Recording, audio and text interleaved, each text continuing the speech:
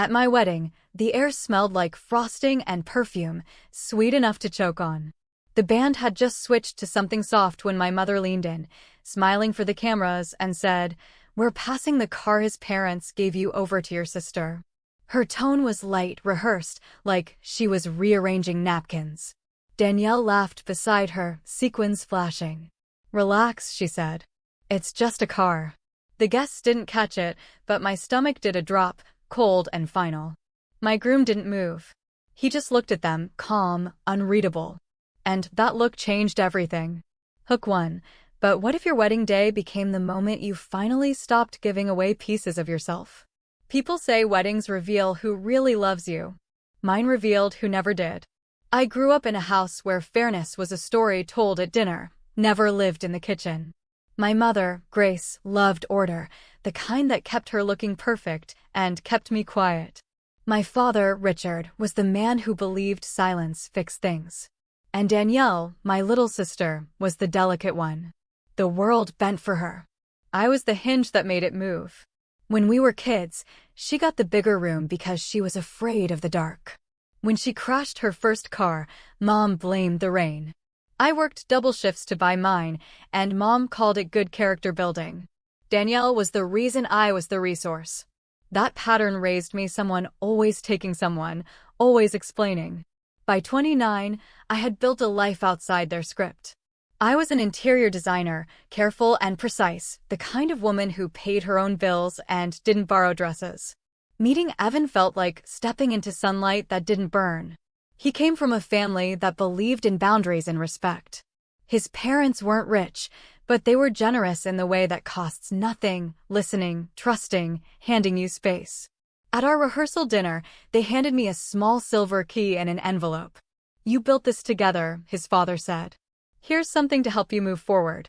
A used car, clean, reliable, titled in my name. Not about the metal. About the trust. That night, Mom's smile was tight, polite, her eyes flicking to Danielle. I should have seen the warning. "Wedding morning," she fussed with my hair. "You've always been so giving, Eva. Don't lose that." Her perfume was heavy, sweet, hard to breathe. I smiled, pretending not to hear the message. Some gifts aren't meant to share. Reception loud. Laughter. Clinking glasses. Polite smiles. Evan's hand on my back during first dance. Almost safe. Then Mom cut through the crowd, pageant smile ready. She stopped beside us, perfume trailing. Spoke loud enough for tables to hear. "We're passing the car his parents gave you over to your sister." Sound blurred. Someone laughed. Band notes stretched like a siren. Danielle glowed under fairy lights. "Relax. It's just a car." It wasn't. It was everything taken and repackaged as kindness. Mom tilted her head, waiting for gratitude. "You and Evan can manage with one. You've always been practical." Guest snapped photo. Her hand on my arm. Smile wide. No one saw fingers tighten. I didn't respond. Evan's thumb brushed my wrist. "Are you okay?"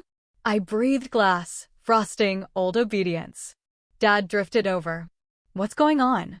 "Nothing serious, Mom, quick. Just helping Danielle. Awful car luck." Danielle laughed soft, rehearsed. "She doesn't mind sharing." Sharing. The word bruised. I thought of nights fixing her resume, dress she borrowed and lost, apologies I made for her. All dressed as love. I smiled, small, calm, dangerous. "You're right. I don't mind sharing." Mom relaxed. Mistook surrender for peace. Evan didn't. His hand found mine. Steady. Across room, fairy lights flickered. Camera flashed. Airtight like before a storm. I leaned to Evan. "It's starting again." He looked ready. They didn't come to celebrate. They came to test how much of me was still theirs. After cake, music soft, room emptied into wine and laughter. I smiled through photos. Congratulations tasted like dust. Counted minutes to breathe. Last guest gone. Evan and I slipped outside door. Hallway quiet. He leaned against wall, unbuttoned collar. "Want me to say something?" "No. We already did." He frowned, then understood. Months ago, over takeout, half joking about Mom's habit. So I stopped being inheritable. 2 weeks before wedding, coworker paralegal helped draft notarized declaration. Every gift in my name protected. Can't transfer without consent. Signed in blue ink. Evan 2. You're not paranoid. You're prepared. Back in hall, Evan reached for my hand. You knew this might happen. Hoped not. Didn't want to bleed without bandage. Muffled laughter from banquet room. Distant. Hollow. Thought of mom's delight disguised as generosity. Trained me to play gracious daughter. I learned so well no one saw my calculations. Evan's phone buzzed. Text, your sister's posting about the car. Screen showed Danielle posing beside it. Caption, finally got a ride that fits me. I laughed dry low. Couldn't wait till morning. He met my eyes. What now? I touched envelope in clutch. Now we let them open their own trap. He exhaled pride. Let's finish the party. We fixed smiles. Walked back. Band shifted to romantic tune. Room glowed gold. Air changed. Conversations thin. Eyes darted. Mom near cake table, laughing too loud. Danielle phone in hand, pretending to scroll. Mom brightened. There they are. Everyone asking where bride went. I smiled. Handling details. She didn't hear the wait. We're wrapping up. Danielle needs ride home anyway. Evan stepped forward. She has one now, doesn't she? Voice light, surgical. Mom blinked. What? The car. You said she's taking it. Danielle tensed. Oh, come on, Eva. Don't make it weird. Dad, closer. Not here. I turned calm. This is where she did it publicly. Band faltered. Guests turned. Champagne sharp. Mom's smile stiffened. Eva, overreacting. Misunderstanding. Evan held envelope. Read this before finishing. She hesitated. Took it. Unfolded. Russell cut music. Danielle leaned in. Confusion. Recognition. Color drained. Mom tried laugh. Notarized declaration? 2 weeks ago. Gifts in my name can't transfer without consent. Attempt triggers review. Forfeits future inheritance from Evan's side. Words landed like stone in pond. Conversation stopped. Someone whispered, oh wow. Danielle panicked laugh. You can't be serious. I met her eyes. Completely. Dad exhaled. Petty, Eva. No. Petty is pretending theft is family tradition. Mom hardened. We're family. Not criminals. You went into our garage last night. Posted photos. Danielle froze. Joke. Symbolic. Evan quiet. Symbolic of what? No answer. I turned to Mom. Not about car.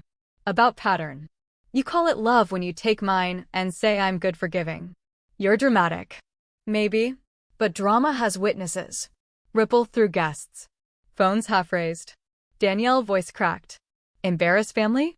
I'm ending the script. Evan took my hand. Grounding. Mrs. Harper, keep that paper. Legal. Mom stared like betrayed. You encouraged this. No. She needed respect. Danielle read. Married up? Think better. Evan silent. I answered. Boundaried. Absolutely. Word hung. Foreign in that house. Mom desperate. Raised you kind. You raised me to give. Taught her to take. Fracture. Band stopped. Fairy lights flickered. Danielle trembled. You'll regret. I did. For 29 years. Mom's composure cracked. Voice wavered. Eva, please not in front of everyone. Then you shouldn't have done it to me in front of everyone. Silence thick. Evan to band. Play something. Drummer uncertain. Singer looked at me. I nodded. Music rose. Soft. Defiant. Evan pulled me to floor. Guests parted like royalty or bomb. Reflections. Mom pale. Danielle mascara smudged. Dad at floor. Envelope on table between empty glasses. Evan whispered, breathe. I am. Song ended. I turned to parents. Help isn't theft. Love isn't access. Placed champagne flute beside envelope. Walked away with Evan through quiet stairs. Outside, string lights. I exhaled years. Evan arm around me. Okay. I just stopped apologizing. He smiled. About time. We stepped into night. Music behind doors. Mom's lifelong smile finally fell. The drive home was quiet, the kind of quiet that felt earned. The city lights blurred past soft and far away. I rolled the window down, letting the wind pull at my veil until it came loose and drifted into the night. Evan laughed under his breath. "You just threw away your movie moment." "Good," I said. "I don't want one." We drove in silence after that, hand in hand, the same car they tried to steal humming beneath us. Every mile felt like distance from an old wound.